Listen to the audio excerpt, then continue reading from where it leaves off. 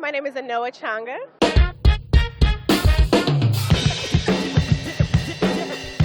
The Way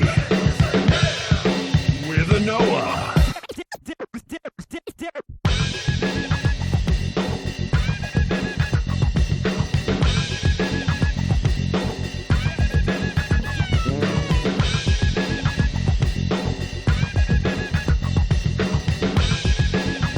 The Way with Anoa.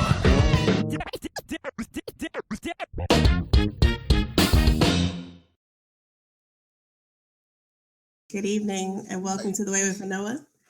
Hope you're doing well. Hey, Baba Akinyele, how are you doing? I'm doing well. Do I need to have on headsets? It might make it a little easier for you, but I can hear you just fine, so you're good for now. Okay. All right. I'm just starting and getting started up right now and introduce you. You're ready to just do my introduction, and then I'm gonna introduce you. Okay. Awesome. Good evening, everyone. Welcome to this edition of The Way with Anoa. It's October 25th, 2016. Another lovely Tuesday. We are 2 weeks from the end of the craziest election cycle, probably in recent memory. Okay, you guys, are you feeling me tonight? Tonight, I'm really, really excited because I am joined by Baba ACA, Dr. Akinyele Umoja, chair of the Department of African American Studies at Georgia State University, scholar, activist, teacher, educator, mentor, Baba, all the above. One of my mom's mentors when she went back to school. So it's a friend of my dad's. It's like old home week right now. So I'm really excited and honored to have you joining me this evening. How are you? I'm great. How are you doing? I'm doing. It's been a day, but I'm ready for some good conversation. Likewise. So I think I mentioned briefly, like I've been having conversations with people, just like I said, with this election cycle and just even the past few years of just increased activism happening, political engagement, civic awareness happening in different movements and stuff all across the country, just really start having conversations to help people get a better sense of not just, the same current events that we always see going on in the news, but also like kind of maybe some historical context, but also just tips, strategies, thoughts, ideas. I love lifting up the work of other people because, sometimes you learn a lot when you talk to other people or hear, how other people think or do things or whatever. So you were definitely someone that I wanted to talk to because one, you just have such an awesome body of work. But I think that just from looking at what you, along with your wife, Aminata, have done here in the Atlanta community, your work through Malcolm X grassroots movement, and we'll get into some of the stuff about Jackson as well, Jackson, Mississippi. I just think that those are potential models, for people to look at when we're talking about how to build out, political and social economic agency and movement building. So again, thank you so much for being here. Oh, thanks for inviting me and to be able to engage with this platform. So one of the things that has been like kind of, I know a lot of people have made this comparison, and one of my girlfriends and I from law school, we keep talking about this and we speculate a lot. We don't really actually know, but we look at like this what we see as an increase in activism. I mean, and when we talk about increases in activism, it's not that, we've had the rise of Black Lives Matter and the movement for Black Lives, other related groups and stuff have become very, very vocal and prominent in recent years. But this type of work, like whether we're talking about addressing, mass incarceration, the prison industrial complex, we're talking about police violence, we're talking about, whether we're talking about building our own institutions, like starting our own schools and having our own businesses, this type of activism has been going on since we've been on this soil, for the most part. And a lot of people don't seem to think about it. They treat like these new waves of action as if it's something brand new. And one thing we were just feeling, especially with this being the 50th, anniversary month of the founding of the Black Panther Party, but as well as even the coinage of that term, the real prominence of the term Black Power, we've been feeling like it feels reminiscent of what we've learned about that time. And I Mhm. know you've done some, well, you know that time, but I know you've also done some research. And right now, just wondering, what were your thoughts about, I don't necessarily want to compare the two, but it just feels like we're in a similar moment of movement, a movement moment, so to speak. Well, I think it's a both and. I Uh-huh. think I agree with you that our history of resistance goes back to the first of our people who were brought here as captives. It goes beyond, the 1619 date they usually give, Right. because the first captives were brought here by the Spanish in 1526, and then it was a whole movement. Excuse me, not a whole movement. It was a effort by the part of the Africans who brought to what we now call Georgia Mm-hmm. to run them off. They united with the indigenous people and ran that group, that colony, off, and they left, which is why the Spanish are not in Georgia today, right? So Right. movement goes back that far, in my estimation. It really goes to the continent of Africa, where people Right. existing near. And so it's a long movement on one hand. It's a long, I would say, struggle, not a long movement. Because I think movements are something that happens in one period and maybe declines in the next. Okay. So we've had insurgency before. It's consistent that people struggle, right? But at certain times, I think you have something that's special where it has some momentum. It captivates people's attention. Right. And because as I told somebody recently on a panel I was on, because some people say that the civil rights movement goes from the 30s to the 1980s. And I said, yeah, there were people struggling, but there's different times where it has momentum, right? Where nobody can ignore it. And I think we're in one of those periods right now. What I mean by that, like last year, this time, we had the situation that happened in Missouri, where the Yes. students began a movement that you have 42 scholarship athletes who decide they're not going to play football unless the president resigns, and the president resigns. Stuff like that don't happen all the time. Right. We have that many players willing to commit themselves. Like this whole thing that's happening now with Colin Kaepernick. That's rare. We have NFL athletes, and it's more than Kaepernick now, right? Who are willing to take some sort of stand to draw that type of attention. Because, during your lifetime, we had Michael Jordan, for the most part, refusing to take any type of political stand. And most of the athletic piece was apolitical during that period of time, right? So we got all the way from the 60s where you have people like Tommy Smith and John Carlos, so we got people like Muhammad Ali, to now where we don't see that type of outward stance. We've had some athletes do some things quietly. Right. Of course, you had Craig Hodges coming out of probably your hometown of Chicago, right? Did things with the Bulls, but he was in isolation. Yep. It wasn't people who picked up on what he was doing. So I think there is something new now. There is something that emerged, and it's something that everybody got to pay attention to. It's like nobody could ignore it. But we've had other periods where some of us been working, but nobody really, a lot of people really didn't know what we were doing. Right. I had neighbors, a few streets down who probably didn't know of the impact of the movement, what we were talking about, what the challenges were. So yes and no, we've had people continue from the early days, but it's something different happening today, just like it was something different and happening in the 1960s and 70s. Really, we'll say from the 50s through the 70s. Right. So, yeah. Right. So this is a special period we're in right now. Yeah, it's exciting. It's I mean, I know it's a lot of work. I know there are times where it's very heavy on people. A lot of stuff is going on. But at the same time, all these different people coming together, committed to not just doing something, but taking very specific steps and actions.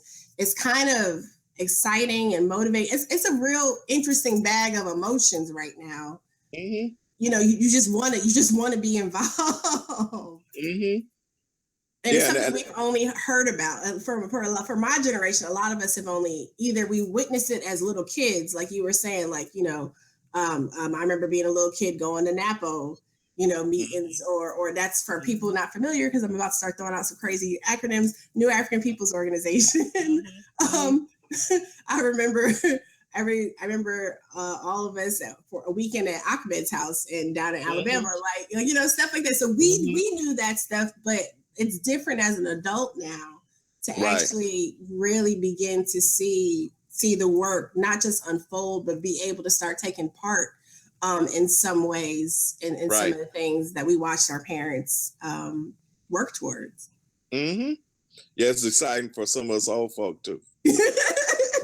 And I think in my generation, we got two different perspectives, right? Mm-hmm. I'm talking about the people who were activists. Right. On one hand, I even saw it this weekend. I saw two articles by two former Panthers. Yes. One, Elaine Brown, who was saying, well, this Black Lives Matter. It ain't serious like we were. And on the other hand, you had Erica Huggins, who was like happy about it. She's happy to see this emergence. And she, so I think, and so one of my friends sent me Elaine's article, and I sent her back. She wanted to know what I thought, and I said it was disturbing. And what I meant by that was, for me, I've been waiting for something like this to happen, right? And I've been doing my work ever since I was 18. I'm 62 now. Right. And so when I see it pick up, so, we've always had, because we've always attempted to be intergenerational. So I've always seen young people like you who were a part of us and doing your thing, right? I've seen my daughter do her thing, right? But it's something when I could go to a classroom and I have young activists in my classroom, and young people stop me and say, look, we got this project going. And there are people I don't know, I've not connected with. So that means that something's growing, something's emerging. I'm happy with that. And even though there are some things maybe that, I might see contradictions. I saw contradictions in the stuff we're doing. So I just want to encourage it. I don't want to diss it, and if I have something to offer, I want to offer it, whether it's advice or criticism. But I don't want to discourage it, and I don't want to set up a relationship where folks will be defensive because I'm just dissing them. So I think those in my generation, we're going to have to be careful about that.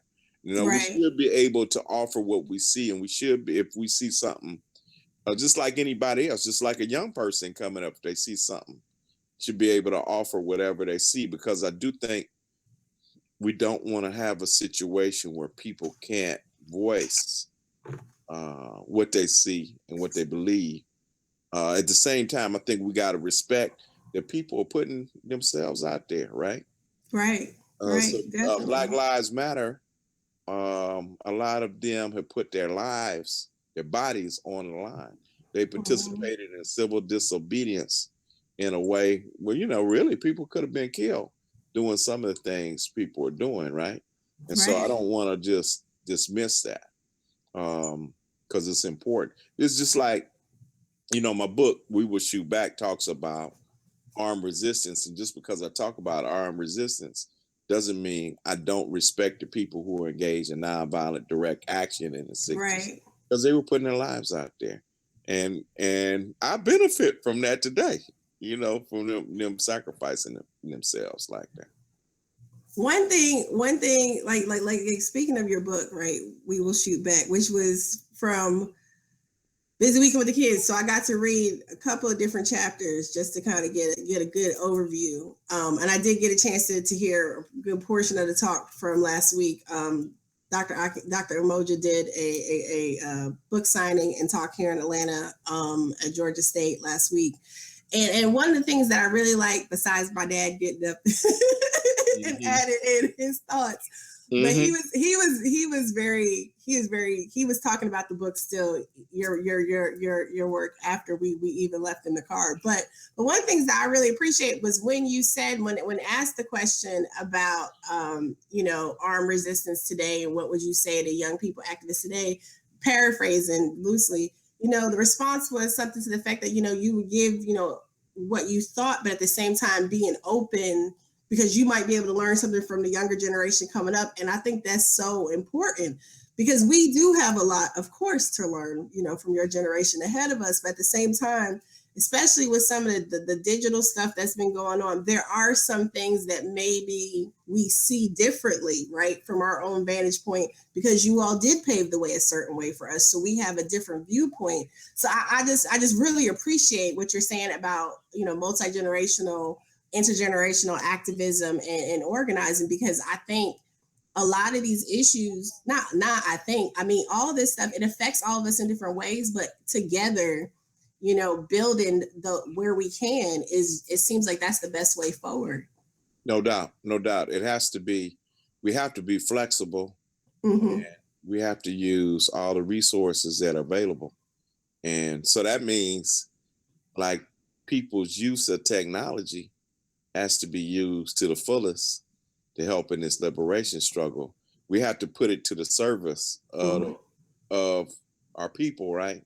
And so I'm all for using it, Right. Thing is that you have to be flexible, so we can't be dependent on it either. Right. We have to utilize it, and we have to maintain, not forget that maybe we can communicate off of it sometime. Maybe that should be effective too. And right. But we can communicate with a whole lot of people utilizing it. Mm-hmm. And across borders. Right. Across, I mean, if we think out the box, and really it's not out the box. For somebody my generation, it is thinking out the box.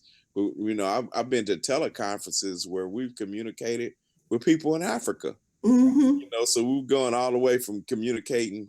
I went to a conference where we were communicating with people in California, in the Midwest, Mm-hmm. in Zambia, South Africa, Ghana at the same time. And so for many of us, that's like, wow. Yeah. One of the things I want to start doing, like you were at something we did at Auburn Avenue Research Library, right? Mm-hmm. So I want to do something where we can do a conference where we have participants in Detroit at the Charles Wright Museum, right, in New York at the Schomburg, and at the Auburn Avenue Research Library at the same time. And we could build from there to connect with people all over the United States, all over the world. Yeah. We that can would utilize that technology. Yeah, it's becoming right now. And it's becoming so much easier to do, like you said, with technology that's available. And the know-how is, the kids can figure it all out. Just hop on YouTube and watch a video, and they done figured it all out already. But I just want to go back to the book for a second, because there were two things that I thought of. One was when you were just saying, like, not that you were shunning the nonviolent movement, but I really did appreciate the fact that it brought that historical context. Because, growing up with my mom,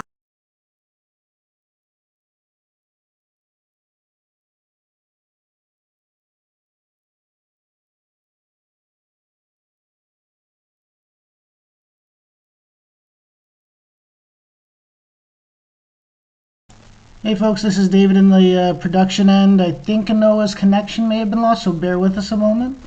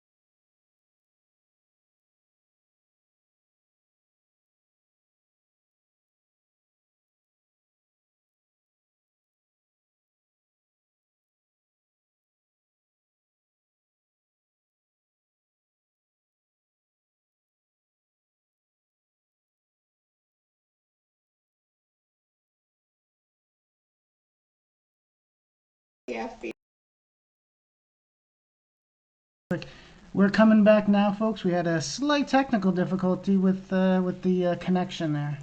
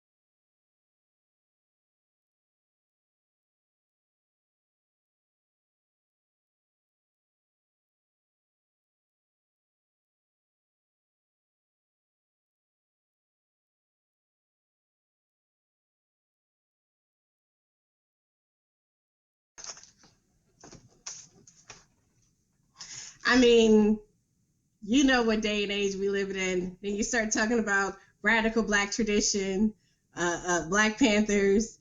I mean, Mississippi brothers with guns. Like, I mean, they just trying to hold us back. No, seriously, as I wait for Dr. Umoja to come back, there he goes, come back, whatever. I think they was trying to, they was messing with us. Well, that's why we need to know this technology. Yes, that's why we need to know this technology.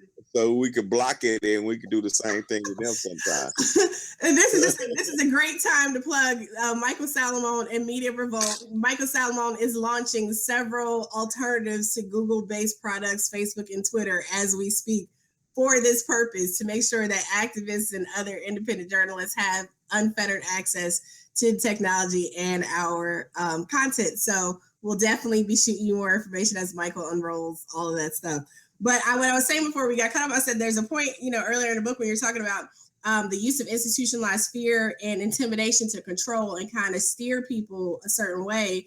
And I mean, we've seen that it's not the same as it was coming out of the late 1800s and early 1900s. But at the same time, we've seen, majority white controlled politicians and voting blocks still continue to use those two things, institutionalized fear and intimidation, in certain ways to kind of not just dictate, but guide or focus to kind of marginalize whatever impact we could have as a block, particularly when we're talking about state and local level here in the South. And when you're looking at some place like Mississippi, which is I believe still predominantly still has a large Black population. So those were lessons. Like when we talk, everyone's, little kids always say, oh, that's history, it already happened. But I think when you look at the way there are patterns, right, that you can look at and see how people do things, to start then to look at what strategies should we be employing, now and going forward.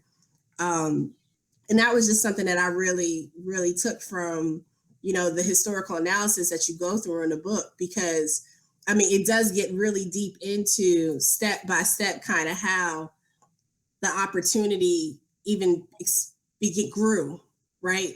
And the other thing you said, like last week when you were talking about the book, was that we weren't just fighting for the right to vote. We were fighting for access to political power, or to exercise political power, paraphrasing. Mm-hmm. And I think that distinction is so crucial, because we have so many people, especially right now as we're in an election cycle, telling us, oh, you got to vote, we got to vote. But very few people are talking about how we actually mobilize and grow power, and what that would look like, and how do we use it and maintain it, right? And so that's one of the things I wanted to kind of chat with you a little bit about, was looking at opportunities to grow power versus just getting out the vote. And how do we translate that into actual community action, sustainable community development? Was two things we would offer at this point. When I say we, as you know, I'm a member of Malcolm X grassroots movement, Mm-hmm. and also still a member of New African People's Organization. Mm-hmm. Um, One of our leading members some years ago wrote an article called the Jackson Kush Plan, and Okay. his name is Kalia Kuno, and he looking at Mississippi, particularly if you look at the western part of Mississippi, and also with counties bordering in northern Louisiana, Mm-hmm. really southern Louisiana. What am I talking about? And also in Tennessee and parts of Arkansas, you have this belt, which we call the Kush District, where Mm-hmm. Black people, and it really comes from the Republic of New Africa's projections decades ago, that there's these counties that connect where Black people are clearly in the majority. And Jackson, Mississippi itself is like 80% Black. Oh So, wow. so how we would grow power there, what was proposed is number one, we need to start building economic cooperatives, right? Mm-hmm. Where Black people are pooling their resources. Because you and I both know that there's resources in our community, but oftentimes, as has been said, the dollar comes in our community and rolls right out. Yep. And so we need to develop projects where we're growing wealth, even outside of our organizational effort. In some Black Belt counties in Mississippi, there have been Black people starting these economic cooperatives where they're pooling their wealth and they're using it to kind of grow wealth in the Mm-hmm. community. So in one Black majority county, Black people were able to finance the first Black owned gas station in that county. You Oh know, wow. Okay. cooperative putting their wealth together over years. So Mm-hmm. they have, in fact, their own own bank, really. You Right. know, just from pooling their wealth over years and making smart investments. But again, it's cooperatively owned. It's governed by certain principles. So there's Mm-hmm. certain things they wouldn't fund because of Right. their relationship to oppression, right? And Mm-hmm. so it's a socially conscious, social justice oriented type of investments. The other piece is, um, we've had, as you said, political power, or somebody's had political power who looks like us in Mm-hmm. many of these communities around the country. But oftentimes they have an agenda that really doesn't represent us. And so Absolutely. another piece of the program is to have what we call people's assemblies all throughout that area. Mm-hmm. Uh, People's assemblies would be, and this is based upon what Chokwe Lumumba did when he ran for first for city council in 2009, and then for mayor in 2013. And if I want your listeners, if you don't know who Chokwe Lumumba was, Mm-hmm. Google him. He was a longtime activist, a radical attorney, Mm-hmm. freedom fighter born in Detroit, who moved to Jackson, Mississippi, along with his family, and they were able to like represent and build a strong respect in the community. So Mm-hmm. he was asked really to run for mayor, and rather than just like run like any other person that run for office before, Right. they built in his ward. First, I said mayor, but first for city council in 2009.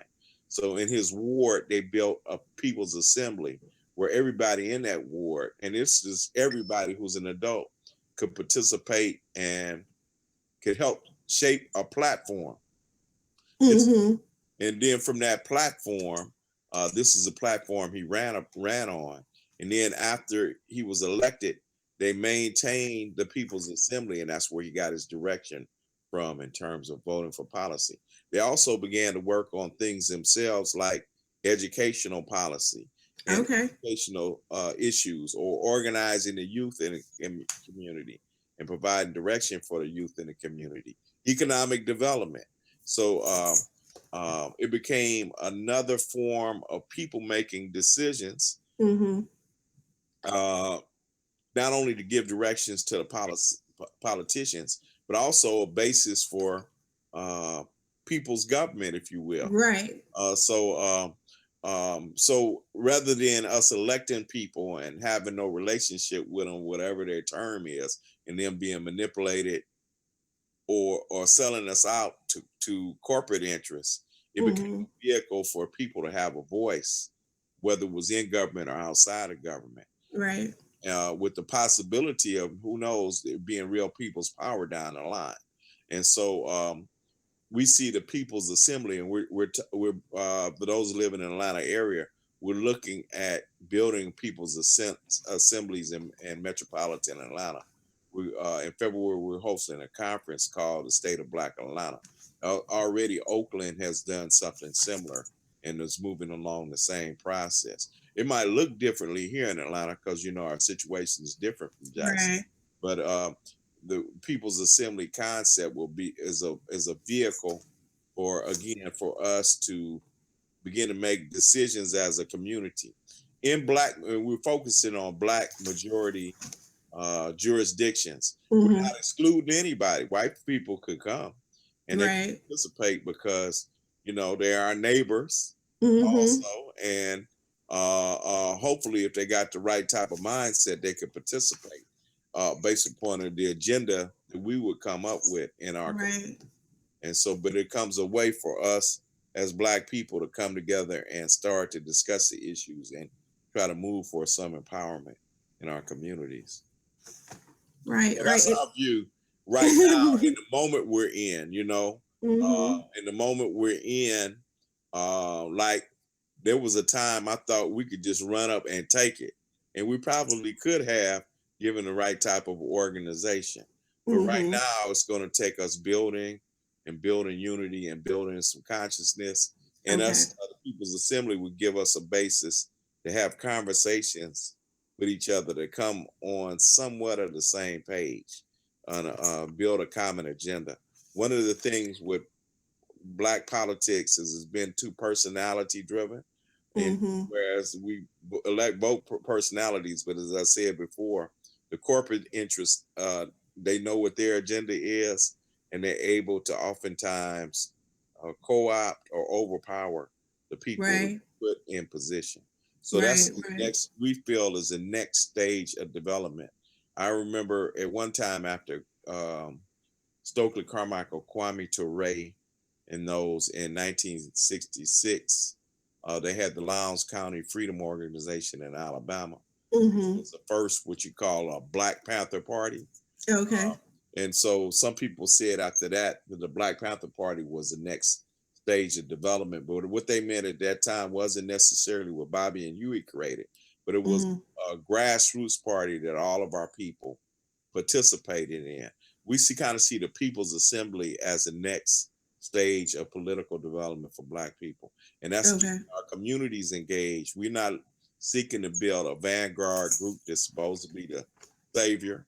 In hip-hop terms, wouldn't be the Captain Save 'em. We're looking for all of us to become organized to create a platform and agenda that works in our people's interests. And those of us who do consider ourselves revolutionaries or conscious, we need to get in the mix with our people and try to build some unity and to put some ideas out there and let people grapple with them and see if they can embrace them or not. That'd be a good test for us to see if what we're talking about is real, if we can sell it to our folks and embrace it, but really also to listen to our folks and to see what their ideas are. Maybe we can come up with something even better and stronger. Right. I love it. I love it because it definitely seems like it is a nurturing, a space to build and also support and develop, like you were saying, like we don't need a bunch of Captain Savings, but leadership, when we're talking about these different roles, it helps people can be leaders. We don't need just that one person. Like everyone can be a contributing member in their own way. We all have our different strengths in that. And I do think that because of the way development has happened with different movements, and I mean, we had such a void for such a long time. We lost so many people. Some people were taken from us, right? I mean, we had a leadership vacuum to some extent in some ways where we just had, one after the other just taken away. So there is this hope put upon that one chosen person to come and uplift us and save us all. I mean, we've seen it in the last 8 years to a little extent with President Obama even. But that's someone else with corporate interests to some extent that, especially when you talk about education, but that's a whole nother conversation. But I like this motto in terms of like I talk to people all the time about, because it's so polarizing with this election, but really when we talk about not just state and local elections, but even looking at what's going on, in our individual communities, how those decisions are being made and how we can be involved in that process. Because so many of us feel like, the process it's not for us, nobody's gonna listen anyway. But if you're organized and together, like I think about the Hasidim community in New York, in Brooklyn in particular, I mean, they are not a huge majority in Brooklyn at all, but they are tight, they are organized, and they have their systems in place. So whatever that community needs, they make sure it happens. Right. And there are other communities like that. That's just the first example I could think of off the top of my head. But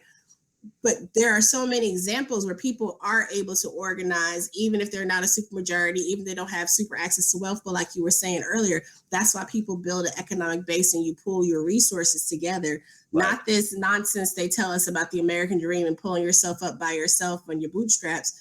No, like it's just not, the system's not designed for that to work for people.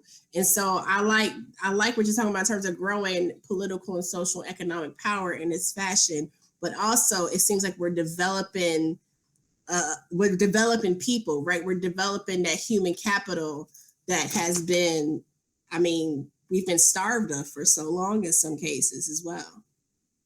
And economic power is not just the wealth side of it, but it's the side of it too, to say, okay, we're going to collectively buy this or we're not going to buy this.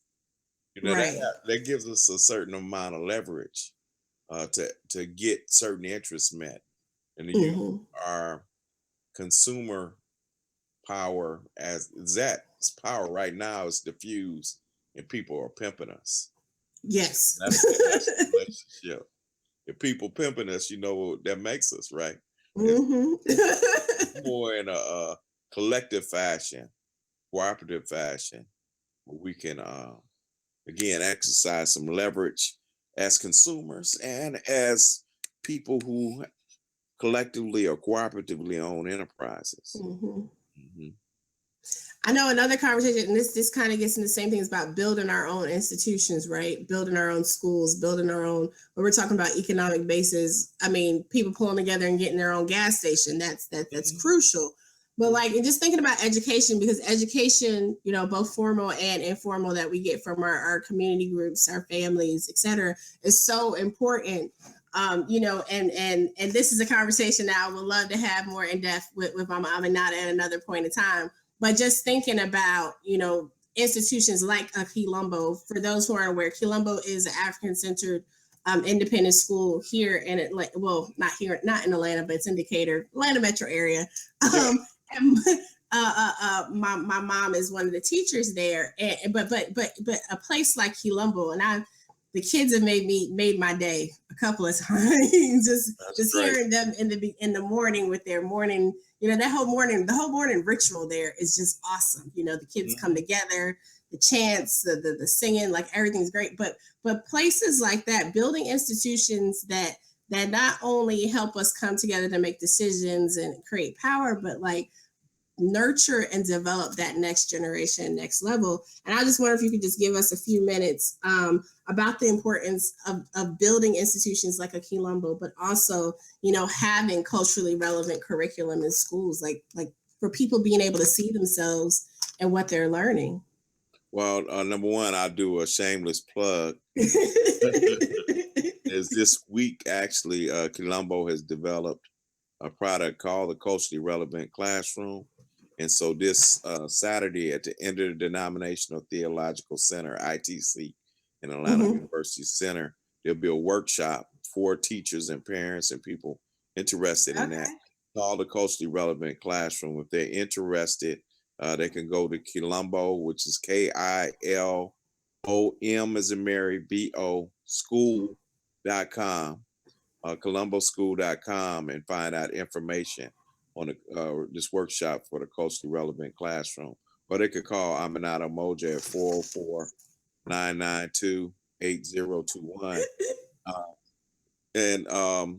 But Quilombo was a school that was established 11 years ago Mm-hmm. with my wife Aminata Umoja being the founder, and it was the crowd. Quilombo, the term itself means like a warrior camp or warrior society. Mm-hmm.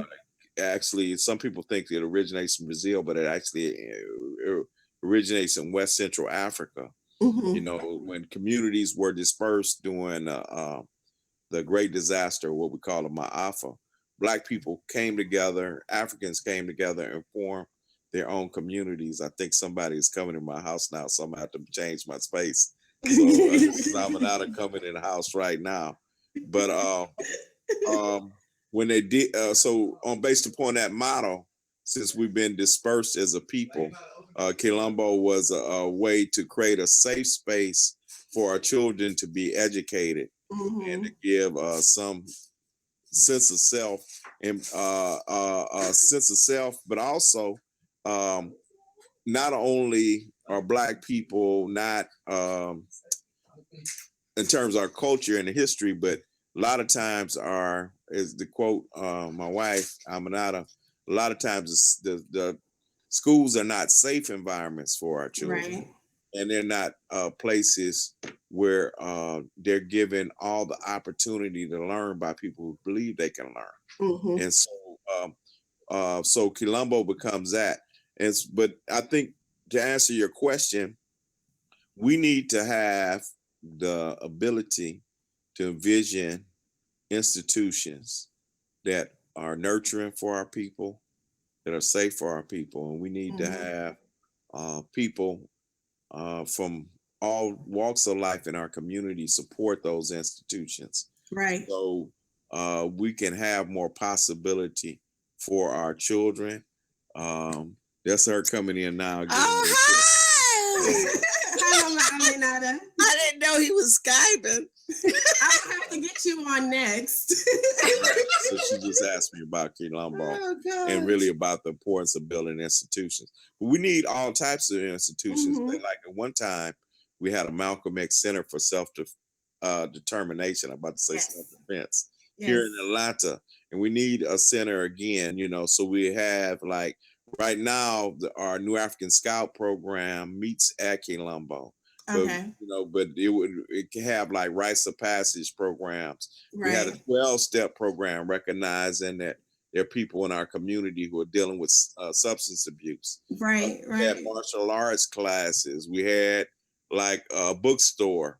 But these type of places that our people and our youth can go to get some sense of direction, identity. Other communities have these type of places, right? And so one of the things I think our people lack is just a sense of identity. I mean, we have our communities, but and unfortunately, a lot of it would be great if some of our spiritual or religious institutions provided this direction, but a lot of our institutions don't really reinforce who we are as a people and that sense of empowerment. Some do, and there are some religious institutions that do emphasize our culture, our people, and the necessity of us to have a common agenda that supports our development and defending our interests as a people. But unfortunately, there are too many institutions and too many people in our community who say that's something you need to stay away from. Yeah. Right? You don't need to talk that Black stuff, right? Yeah. Where, and so what does that mean for our survival as a people? What does that mean for us to have somebody who forwards our agenda? And like you talked about this particular election, and we know that, there are some, when we think about somebody like Donald Trump, who actually have people who call themselves white nationalists, who are associated with his campaign on one level, and then you got somebody else who might placate us, you know, like a Hillary Clinton, and talk about it, talk about trying to get our vote and our attention. But when it comes down to us, we'll have policies that don't really advance what we're talking about, right? Don't advance the things that's in the best interest of our people. And then we as a people, oftentimes there are things that could be in our interest that if we were part of other communities, we would advance them, like reparations. There are other communities that have gotten reparations. Right. We just think it's an impossibility because we don't think from a sense of power, and we don't think in terms of what we're really owed. It's not a question of, you know, we think it's begging, but I just talked to a sister yesterday who was the dean of education at Howard University. And she told me that during segregation, desegregation, when schools were desegregated, you had less qualified white people taking the positions of more qualified Black people when they consolidated the school system. So we think about that from that vantage point. What loss of income came to Black professionals?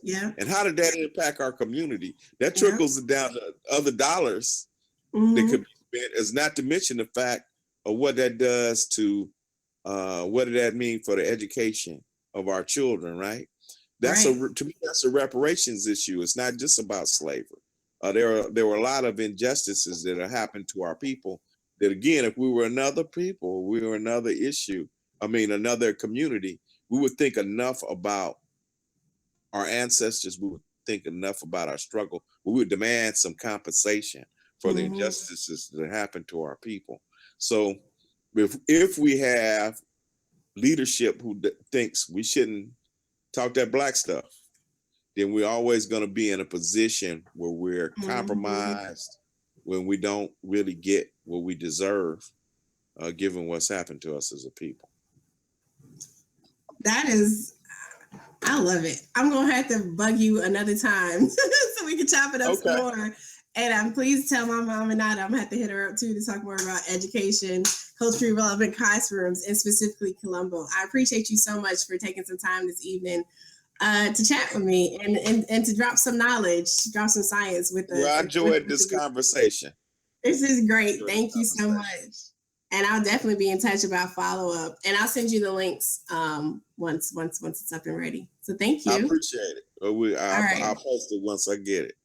All right. Thank you. Good night. I will. Good night. Night. So we had technical difficulties, and I didn't get to any of the ridiculous news and other stuff going on today, but that's all right, because I think conversations like this, being able to sit down and chat with like I said, dropping knowledge, dropping science is so crucial. So one quote from, again, this is a book, We Shoot Back. We Will Shoot Back. Great book, Dr. Akinyele Umoja. Check it out. But one of the quotes that I really, really liked that grabbed me, and this is how I'm closing out tonight, was Carolyn Williams. She's with the Mississippi Freedom Democratic Party. And she was also an early member of the provisional government with the Republic of New Africa. And that's something that we could talk a little bit more about, and I'll help provide y'all a little education about that some other time. But one of the things I thought was so great was, and this was in an editorial, she stated, "I believe in Black dignity, Black pride, Black knowledge, and a great human campaign to restore to ourselves the image of our own strength. I believe in my own people who are rising into power on stepping stones of oppression and defeat. I believe in the structure being raised by our own courage and matured with our own blood.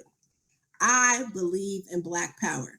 Now, this been the way with Anoa.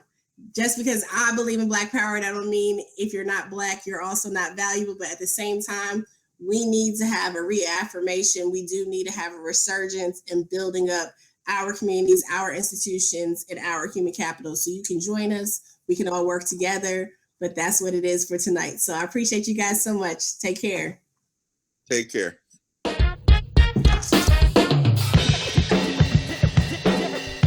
The way.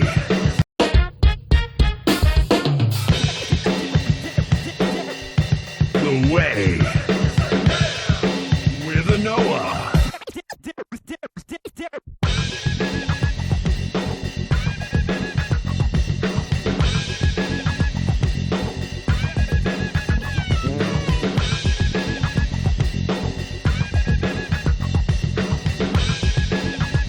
The Way with Anoa